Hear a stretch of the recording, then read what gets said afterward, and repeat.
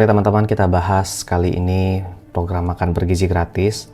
Ada beberapa polemik yang muncul beberapa waktu terakhir, yakni tentang banyaknya kasus keracunan yang terjadi di beberapa daerah terkait dengan diselenggarakannya program makan bergizi gratis yang sudah terlaksana dari mungkin bulan Januari ya secara efektif ya di 2025.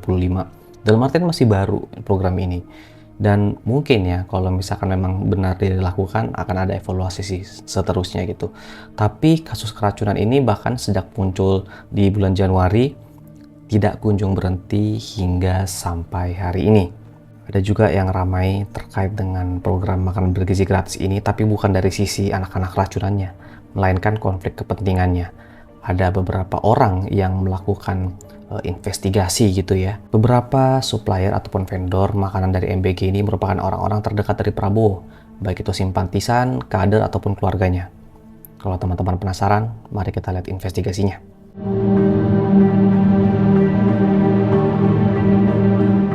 Sebelum kita lihat lebih jauh, mungkin terkait siapa aja orang yang mempunyai relasi dekat dengan Prabowo dan pada akhirnya bermain di dalam program makan bergizi gratis ini. Ada beberapa kasus yang terjadi sejak tahun 2025 awal, yakni kasus keracunan yang bahkan sebelum launching sendiri ini pun program MBG ini, di bulan Oktober 2024 sudah ada beberapa anak yang keracunan. Contohnya saja di Nganjuk pada 4 Oktober 2024, ada kasus keracunan pertama di SDN Banaran 1. Itu terjadi pada awal-awal pemerintahan Prabowo Gibran ya. Kalau nggak salah itu dilantiknya Oktober atau November gitu 2024. Tapi ini kalau nggak salah masih launchingnya ya. Jadi ada 7 siswa yang mengalami mual dan diare hebat. Lanjut lagi di Sukoharjo pada 16 Januari 2025. Insiden ini terjadi di Jawa Tengah dengan sekitar 40 siswa keracunan massal. Yang dimana puncaknya pada 19 Januari 2025, puluhan murid SDN 3 Nunukan Selatan juga jatuh sakit dengan gejala keracunan setelah makan menu MBG. Di Pandeglang, 19 Februari 2025, 28 siswa SDN 2 Alaswangi di Kecamatan Menes, Pandeglang, Banten, juga dilarikan ke rumah sakit karena gejala keracunan. Mari kita lanjut lagi di kasus Waingapu pada 18-24 Februari 2025. Ada sekitar 29 siswa SD Katolik Andaluri mengalami keracunan makanan usai menyantap hidangan MBG. Para siswa mengeluhkan makanan yang terasa basi dan tidak enak saat disantap. Ini banyak banget kasusnya. Sampai kita bisa lanjut lagi di kasus Batang pada 14 April 2025. Yang dimana memakan 60 siswa dari beberapa sekolah sekaligus. Jadi kalau misalkan kata satu vendor satu sekolah, ini bukan hanya melibatkan satu sekolah, tapi banyak sekolah.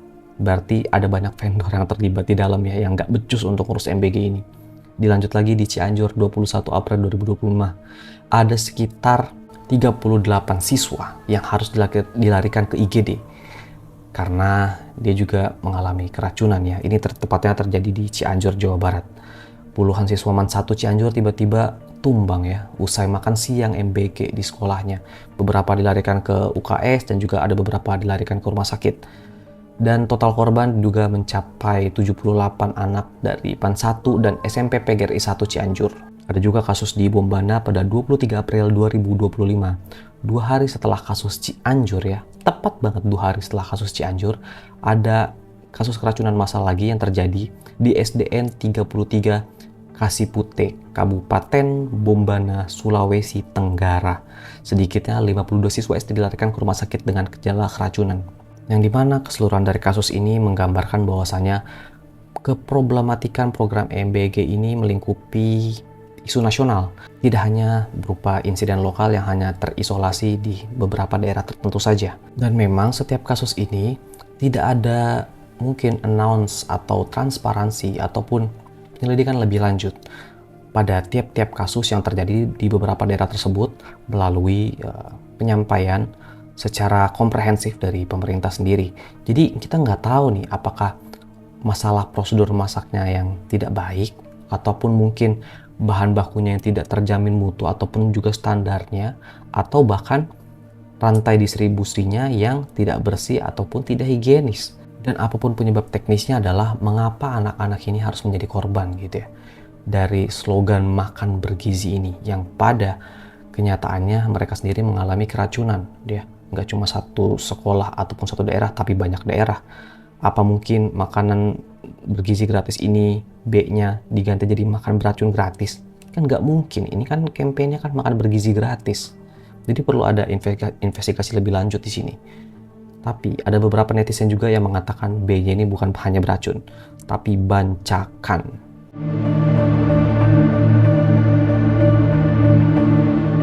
Kenapa disebut bancakan? Ada beberapa penelusuran yang lebih detail mengenai distribusi makanan bergizi gratis yang melibatkan orang-orang dekat Prabowo. Salah satunya adalah Yayasan GSN, yakni Yayasan Gerakan Solidaritas Nasional. Ini muncul ya, salah satu penelusuran dapur MBG di Kebayunan Tapos, Depok, Jawa Barat. Ini dikelola oleh PT GSI Kebayunan yang juga bernaung di bawah Yayasan PT GSN, yang tadi PT GSN tadi didirikan oleh Prabowo dan juga Pak Prabowo sebagai seorang dewan pembina. Dan di sana menariknya adalah pengurus GSN dipenuhi oleh keluarga dan juga kroni dari Prabowo. Ada adik Prabowo yakni Bapak Hasim Jodo Hadikusumo, ada putra sematawayang Pak Prabowo juga, Didit Hedi Prasetyo, dan kemudian ada Simon Aloysius Mantiri, yakni Dirut Pertamina yang juga merangkap sebagai pengurus DPP dari Partai Gerindra. Dengan kata lain, ya orang-orang teratas di yayasan ini adalah orang-orang ataupun circle terdekat dari Prabowo sendiri. Laporan Tempo menyebutkan bahwasannya yayasan ini kemudian mengundang kontroversi gitu ya dari masyarakat sipil karena mereka mendapatkan peran yang cukup besar dalam proses pendistribusian MBG di beberapa daerah dan menimbulkan pernyataan soal kesubjektivitasannya terkait mengapa mereka ditunjuk. Dan ini nggak hanya terjadi di kota besar gitu ya yang mungkin gampang diakses oleh media yang mungkin terpusatannya di Jawa gitu, tapi ini terjadi juga di luar daerah. Contohnya saja, pola ini bisa ditemukan pada proyek MBG yang ada di Kepulauan Riau yang digarap oleh Yayasan Kali Kedua Indonesia, di mana salah satu pengurusnya adalah Leslie Nischeli, nggak tahu ya kalau pronounce-nya benar atau salah gitu ya, merupakan sosok yang dikenal sebagai ketua organisasi relawan Prabowo yang biasa disebut juga dengan Kiprah, yang berada di wilayah provinsi tersebut. Leslie menyangkal dipilihnya yayasan mereka itu karena kedekatan politik. Bahkan ia menyangkal juga dan memberikan statement ya kalau keluarganya sendiri bahkan turut juga gitu menjadi investor di dapur MBG ini dengan biaya mencapai 700 juta per dapur. Ini nggak tahu benar apa enggak ya karena ini klaimnya sepihak. Lalu di berbagai wilayah, contohnya seperti Bali, di Banten, di Bengkulu, di Jakarta, ada Yayasan Prabu Center 08 yang dimana notabene merupakan pendukung setia Prabowo. Ya, nama 08 sendiri merupakan rujukan untuk pendukung Prabowo saat Pilpres gitu ya. Markas yayasan tersebut berada di Selipi, Jakarta Barat, dan mereka mengoperasikan sejumlah dapur MBG di lintas provinsi di berbagai macam daerah di Indonesia.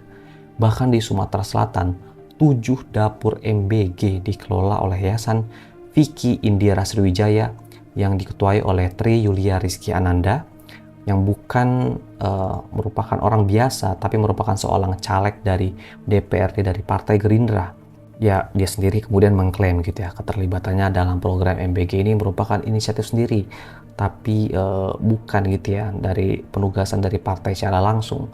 Yang ini merupakan sekali lagi ya, klaim sepihak dari beliau. Beliau sah-sah saja gitu, kalau misalkan mau mengklarifikasikan hal tersebut. Namun faktanya bahwa banyak figur Gerindra yang ada di proyek ini tidak bisa menyampingkan fakta bahwasanya ada kesan monopoli yang terjadi dalam pelaksanaan program ini dan menguntungkan kubu ataupun pihak tertentu. Menurut Hasim, total dana MBG sendiri bisa mencapai 171 triliun, yang dimana 71T di awal dan tambahan ada 100T di akhir. Dan ICW sendiri, yakni Indonesia Corruption Watch, melalui penelitinya, Egy Primayoga mendesak agar program MBG ini untuk dihentikan saja gitu baiknya, karena sudah boros anggaran, transparansinya juga tidak terlalu terlihat gitu ya.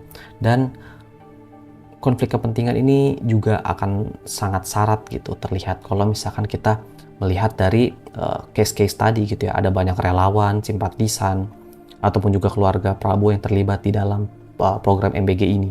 Kalau misalkan konklusinya dari gue sih gini, program MBG ini kan memang niatnya baik gitu ya, untuk memberikan banyak makanan gitu kepada anak-anak di seluruh Indonesia yang mungkin orang tuanya nggak bisa afford gitu. Tapi niat baik saja tidak cukup, tapi perlu juga adanya pengawasan ataupun pelaksanaan yang juga ketat gitu di dalam.